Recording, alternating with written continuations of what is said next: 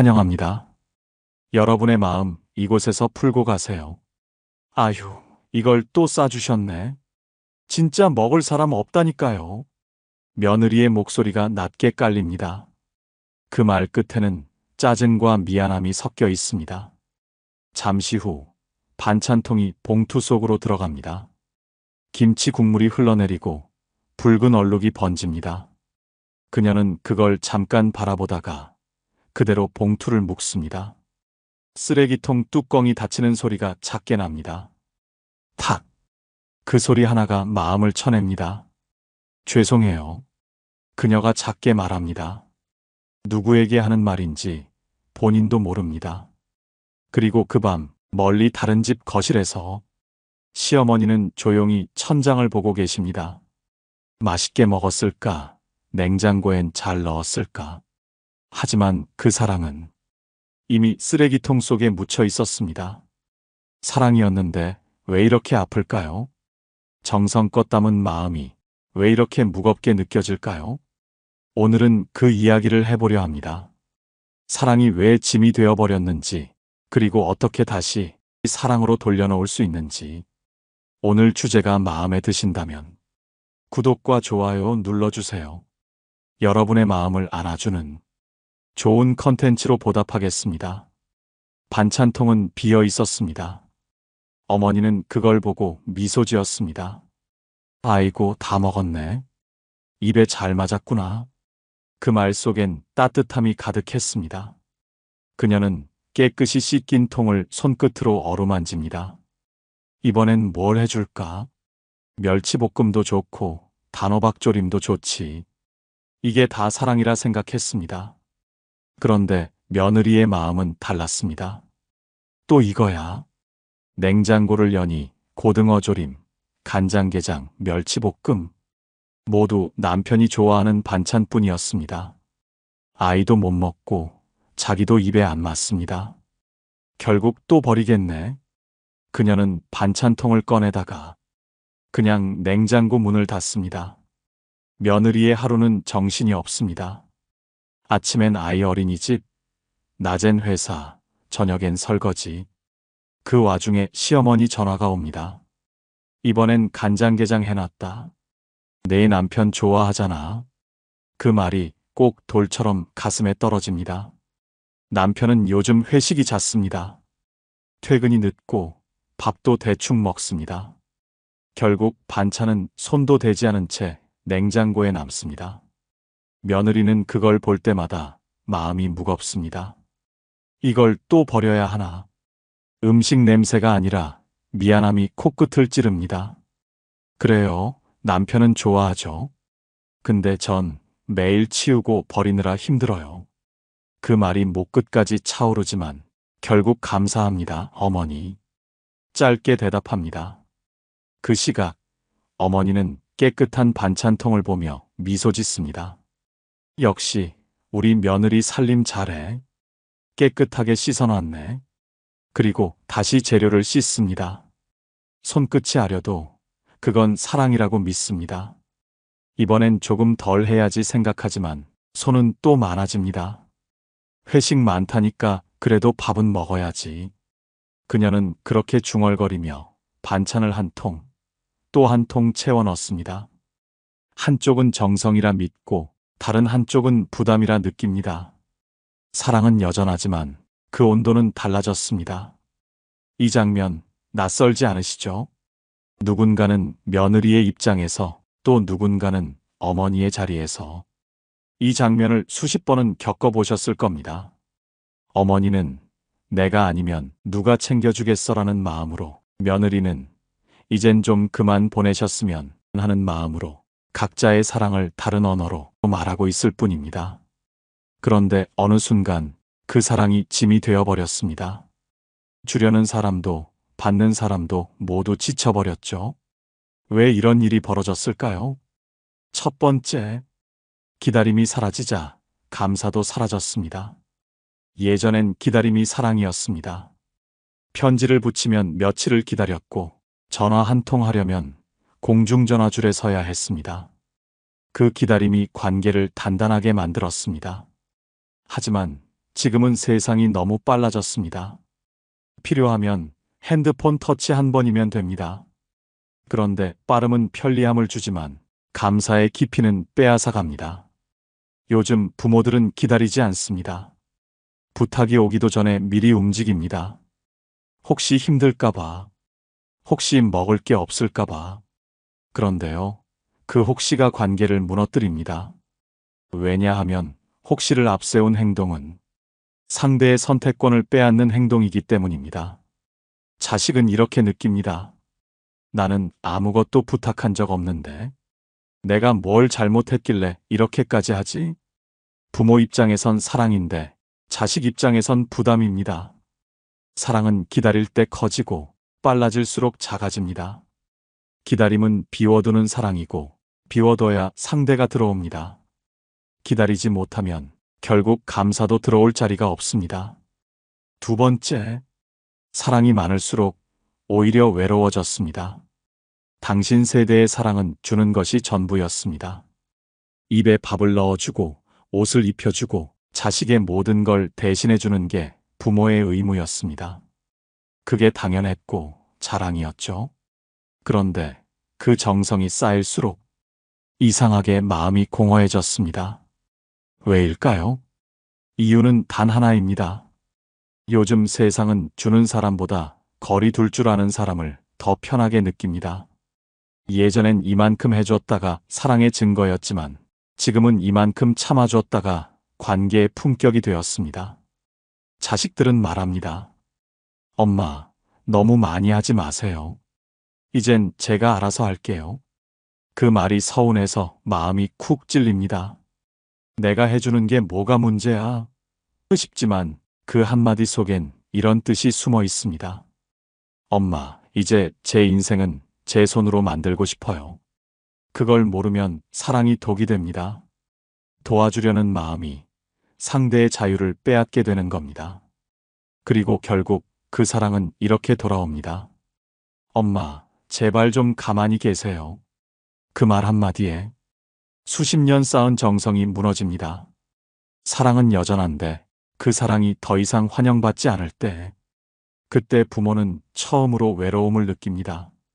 세 번째, 사랑이 보살핌에서 통제로 변했습니다. 사랑은 보호하려는 마음에서 시작됩니다. 그런데 그 마음이 지나치면 상대의 삶을 대신 살아주려는 욕심으로 변합니다. 그건 내가 다 해봐서 알아. 이건 이렇게 해야 돼. 내가 다 겪어봤잖아. 이런 말은 틀린 말이 아닙니다. 하지만 그 말에는 내가 옳고 너는 모른다는 뜻이 숨어 있습니다. 이건 사랑의 언어가 아니라 통제의 언어입니다. 요즘 자식들은요, 이 말 한마디면 마음을 닫습니다. 엄마, 제 인생이에요. 이게 바로 세대의 단절입니다. 부모는 내가 더 살아봐서 아는데 라고 말하지만 그들의 세상은 이미 달라졌습니다. 그들은 조언을 원하지 않습니다. 존중을 원합니다. 당신의 말이 아무리 옳아도 그들의 인생은 당신의 답안지로는 풀 수 없습니다. 그걸 모르면 사랑이 칼이 됩니다. 다치게 하려던 게 아니라 지켜주려던 마음이 결국 상처가 됩니다. 네 번째, 사랑이 전부가 되면서 나 자신이 사라졌습니다. 자식을 위해 산다는 건 정말 대단한 일입니다. 그런데 문제는 그게 내 인생의 전부가 되는 순간입니다. 아침부터 밤까지 내 생각보다 자식 걱정이 먼저 떠오르고 자식 일정이 내 일정보다 앞서고 자식이 잘 살면 행복하고 자식이 한숨 쉬면 내 마음이 무너집니다. 그건 사랑이 아니라 의존입니다. 내가 줘야만 존재의 의미가 생기고 그들이 받지 않으면 내 하루가 공허해집니다. 그래서 자식이 괜찮다고 말해도 괜히 서운해집니다. 내가 할 일이 없어진 것 같아서. 그건 사랑의 끝이 아니라 나를 잃어버린 시작입니다. 사랑이 많을수록 내 인생이 비어버린다면 그건 건강한 사랑이 아닙니다. 사랑의 목적은 붙잡는 것이 아니라 놓아주는 것이어야 합니다. 놓아야 합니다. 그래야 다시 마주 볼 수 있습니다. 그래야 내 인생이, 그리고 그들의 인생이 서로의 공간 안에서 숨 쉴 수 있습니다. 이 네 가지가 바로 사랑이 왜 짐이 되어버렸는지의 진짜 이유입니다. 사랑은 식지 않았습니다. 다만 방식이 낡았을 뿐입니다. 이제부터 해야 할 일은 그 사랑의 방향을 바꾸는 일입니다. 그렇다면 어떻게 해야 할까요? 사랑이 짐이 아니라 다시 따뜻한 위로가 되려면 어디서부터 바꿔야 할까요? 그 해답은 거창한 곳에 있지 않습니다. 누구나 할 수 있는 아주 작은 마음의 움직임, 그 안에 답이 있습니다. 이제부터 말씀드릴 5가지 마음의 방향이 당신의 사랑을 다시 통하는 사랑으로 바꿔줄 겁니다. 첫 번째, 내 하루를 먼저 채웁니다. 이제는 자식의 인생보다 내 인생의 스케줄을 먼저 세워야 할 때입니다. 자식이 주말에 올까 말까 기다리며 하루를 허공에 흘려보내지 마세요. 내가 오늘 뭘 할지, 누구를 만날지, 나를 어떻게 돌볼지를 먼저 정해야 합니다. 그게 이기심이 아니라 사랑의 균형 감각입니다. 이제는 아이들이 아니라 내가 살아야 할 차례입니다. 그들은 지금 자기 삶을 살아가고 있습니다. 결혼 생활, 직장, 아이들 양육. 그들이 바쁜 건 무심해서가 아닙니다. 당신이 그랬던 것처럼 그들도 지금 자기 몫의 인생을 견디고 버티고 배우고 있습니다. 당신은 이미 그 길을 지나왔습니다. 그때의 당신도 부모에게 자주 연락하지 못하고 마음을 다 헤아리지 못했을 겁니다. 그게 냉정해서가 아니라 살아내느라 정신이 없었던 것뿐이죠. 그러니 이제는 그들에게 시간을 주고 나에게 마음을 돌려주세요. 그들의 인생을 걱정하는 대신 이제 내 인생을 계획하세요. 오늘은 내가 좋아하는 옷을 입겠다. 이번 주엔 꽃시장에 가서 화분 하나를 사오겠다. 점심은 오랜 친구와 약속을 잡겠다. 그 사소한 일정들이 당신의 하루를 다시 살아있게 만듭니다. 그리고요, 이제 취미를 가지세요. 취미는 단순한 여가가 아닙니다. 당신의 마음을 되살리는 엔진입니다. 그림을 그리고, 악기를 배우고, 운동을 하거나, 사진을 찍고, 글을 쓰는 그 시간 속에서 당신은 누구의 엄마가 아니라 한 사람의 나로 돌아갑니다. 하버드 대학교 심리학 연구에 따르면 노년기에 새로운 취미를 가진 사람은 우울증 위험이 40% 이상 낮고 인지 기능이 30% 이상 향상된다고 합니다. 그림을 그려도 좋고 꽃꽂이를 해도 좋고 산책 모임에 나가도 좋습니다. 손끝이 바쁘면 생각이 가벼워집니다. 몸이 움직이면 마음이 덜 외로워집니다. 그리고 놀랍게도 당신이 바쁠수록 자식은 더 편안해집니다. 엄마가 혼자서도 잘 지낸다는 확신이 그들의 죄책감을 덜어주기 때문입니다. 그게 바로 관계의 균형입니다. 내가 나를 돌보면 그들은 더 자연스럽게 당신에게 다가옵니다. 그건 사랑의 역설이자 진짜 성숙입니다. 내가 바쁘면 마음이 건강해집니다. 애들 생각도 줄고 그들이 연락이 없어도 덜 서운해집니다. 그리고 신기하게도 그때 자식이 먼저 연락합니다. 엄마 요즘 좋아 보이네. 엄마, 이번 주에도 모임 가세요? 그 한마디면 충분합니다. 이건 서로에게 윈윈의 사랑법입니다. 내가 나답게 살수록 그들도 죄책감 없이 편안해지고 그 편안함이 다시 사랑이 되어 돌아옵니다. 사랑은 돌봄이 아니라 에너지의 교환입니다. 내가 먼저 나를 채워야 누군가를 따뜻하게 품을 수 있습니다. 프랑스 철학자 몽테뉴는 말했습니다. 타인을 사랑하려면 먼저 자기 자신을 사랑할 줄 알아야 한다. 이 말처럼 내가 나를 사랑하기 시작하는 순간 사랑은 더 멀리, 더 깊이 전해집니다. 그러니 이제 자식의 일정보다 내 하루를 먼저 채우세요. 그 하루가 쌓여서 당신의 인생을 다시 빛나게 만들어줄 겁니다. 두 번째, 부탁받기 전엔 움직이지 않습니다. 이건 무심함이 아닙니다. 진짜 사랑은 기다림에서 시작됩니다. 예전엔 그랬습니다. 자식이 말하지 않아도 미리 알아차리는 게 부모의 역할이라 믿었습니다. 춥다고 말하기 전에 내복을 꺼내고 배고프다고 하기 전에 밥을 차려놓고 도움이 필요하다는 말이 나오기도 전에 미리 달려갔습니다. 그게 정이었고 사랑이었죠. 하지만 이제 그 방식은 서로의 마음을 다치게 하는 칼날이 되기도 합니다. 요즘 자식들은 말합니다. 엄마, 왜 먼저 하세요? 제가 부탁도 안 했는데 왜 그렇게 하세요? 그 말을 듣는 순간 마음이 덜컥 내려앉습니다. 내가 뭘 잘못했나? 이게 다 너 잘 되라고 하는 건데. 억울하고 서운하고 그 말이 자꾸 마음에 맴돕니다. 그런데요. 그 말의 진짜 뜻은 싫다가 아닙니다. 나도 이제 내 인생의 주인으로 서고 싶다는 신호입니다. 독일 철학자 쇼펜하우어는 이렇게 말했습니다.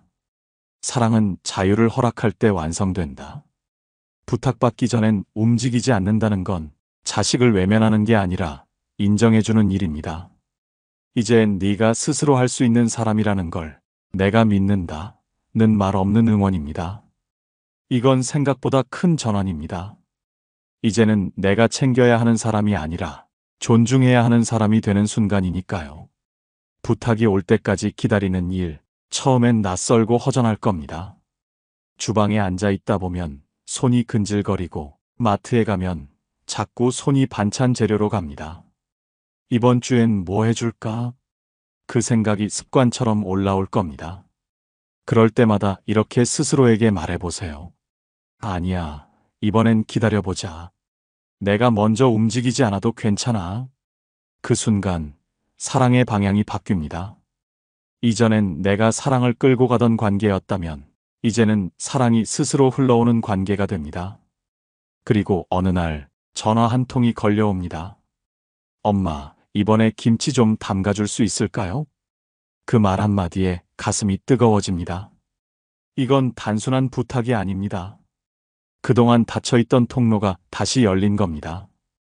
당신의 사랑이 의무가 아닌 다시 선물로 돌아온 순간입니다. 그래서요. 부탁받기 전엔 움직이지 마세요. 그 기다림이 당신의 사랑을 더 단단하게 만들어줄 겁니다. 세 번째, 감정을 조용히 표현합니다. 우리는 오랫동안 이렇게 배워왔습니다. 속으로 삼켜라.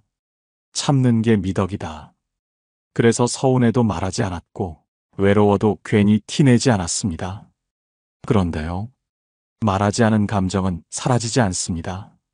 그냥 모양을 바꿉니다. 말로 하지 않은 서운함은 표정으로 나오고 말로 풀지 않은 외로움은 짜증으로 변해 나옵니다. 결국 우리는 의도하지 않아도 감정을 흘려보내고 있습니다. 다만 말이 아니라 태도로요. 그래서 오해가 생깁니다. 엄마, 왜 그렇게 날카롭게 말하세요? 아니, 나는 그냥 말한 건데 왜 그래? 이런 대화가 반복되죠. 그럴 때 필요한 건 감정을 참는 게 아니라 조용히 말하는 연습입니다. 예를 들어, 왜 전화 안 해? 대신에, 요즘 내 목소리가 좀 그립다. 너는 항상 바쁘구나. 대신에, 요즘 내가 많이 바빠 보여서 나는 조금 허전했어. 내가 나를 무시하니? 대신에, 내가 한 말이 상처로 들려. 이렇게 바꾸면 신기하게도 분위기가 싸늘해지지 않습니다. 상대가 방어하지 않고 마음을 엽니다. 왜냐면 비난이 아니라 감정의 공유로 들리기 때문이죠. 심리학자 브레네 브라운은 이렇게 말했습니다. 진짜 용기는 마음이 약해질 때 드러난다. 감정을 조용히 표현하는 건 약함이 아니라 가장 강한 용기입니다.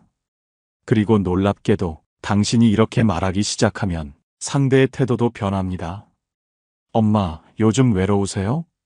제가 이번 주엔 꼭 들를게요. 이런 따뜻한 말이 돌아옵니다. 그때 깨닫게 됩니다. 감정을 숨기는 건 평화를 지키는 게 아니라 관계를 멀어지게 하는 일이었다는 걸요. 이제는 참지 말고 부드럽게 말하세요. 서운하다는 대신 외롭다로, 화난다는 대신 속상하다로. 그 한 문장이 당신의 관계를 다시 이어줍니다. 목소리의 높이가 아니라 감정의 온도가 관계를 바꿉니다. 네 번째, 사랑의 양보다 방향을 봅니다. 우리는 평생 이렇게 배워왔습니다. 사랑은 줄수록 깊어진다. 주는 게 받는 것보다 낫다. 그래서 우리는 사랑을 얼마나 많이 주었는가로 계산하며 살아왔습니다. 밥을 얼마나 차려줬는지, 얼마나 돈을 보탰는지, 얼마나 자주 연락했는지를 사랑의 척도로 삼았죠. 하지만 어느 순간 깨닫게 됩니다. 그렇게 많이 했는데 왜 관계는 점점 멀어질까? 그 이유는 단 하나입니다. 사랑은 양의 문제가 아니라 방향의 문제이기 때문입니다. 아무리 좋은 사랑도 잘못된 방향으로 흘러가면 짐이 됩니다. 아무리 따뜻한 마음도 받을 준비가 안 된 사람에게 가면 부담이 됩니다. 심리학자 에리히 프롬은 말했습니다. 미숙한 사랑은 당신이 필요해서 사랑한다고 말하고, 성숙한 사랑은 당신을 위해 내가 존재한다고 말한다. 이 말의 뜻은 이겁니다. 진짜 사랑은 내가 주고 싶은 때가 아니라 상대가 받을 수 있는 때를 기다릴 줄 아는 겁니다. 예를 들어 자식이 바쁜 시기에 반찬을 한가득 보내면 그건 사랑이 아니라 부담이 될 수 있습니다. 냉장고에 반찬이 쌓여가며 그들은 속으로 생각합니다. 엄마가 또 이렇게 많이 보냈네. 어떡하지? 다 못 먹는데. 그럴 땐 이렇게 해보세요. 이번 주에 뭐 먹고 싶어? 이번엔 내가 필요한 게 있으면 말해줘. 이 한마디면 됩니다. 사랑은 많이보다 맞게입니다.